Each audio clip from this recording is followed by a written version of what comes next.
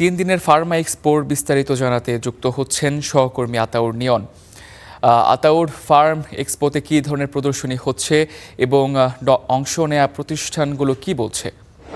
আমরা এই মুহূর্তে রাজধানীর পূর্বাঞ্চলে আছি, যেখানে বাণিজ্য মেলা অনুষ্ঠিত হয়ে থাকে, ঠিক সেই কনফারেন্স সেন্টারে আছি, বাংলাদেশ চায়না ফ্রেন্ডশিপ কনফারেন্স সেন্টারে। এখানে আজকে 3 দিন ব্যাপী, আজ আগামীকাল এবং পরশু 3 দিন ব্যাপী এশিয়া ফার্মা এক্সপো অনুষ্ঠিত হয়েছে। 17তম আসর এবারে অনুষ্ঠিত হতে যাচ্ছে।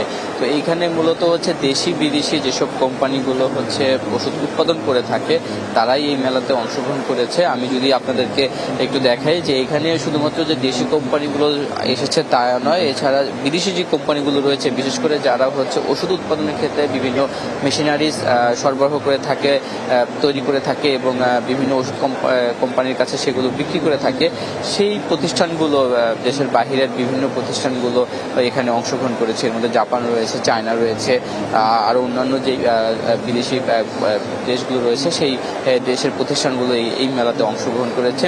এখানে প্রায় 350-400-রও অধিক প্রতিষ্ঠান অংশগ্রহণ করেছে এই মেলাতে।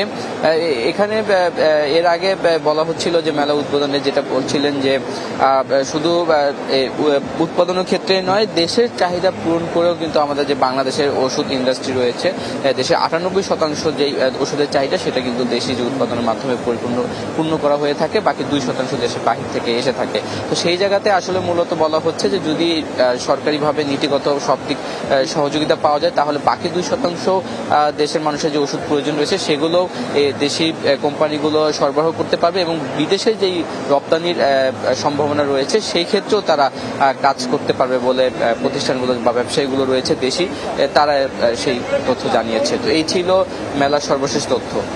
ধন্যবাদ আতাউর।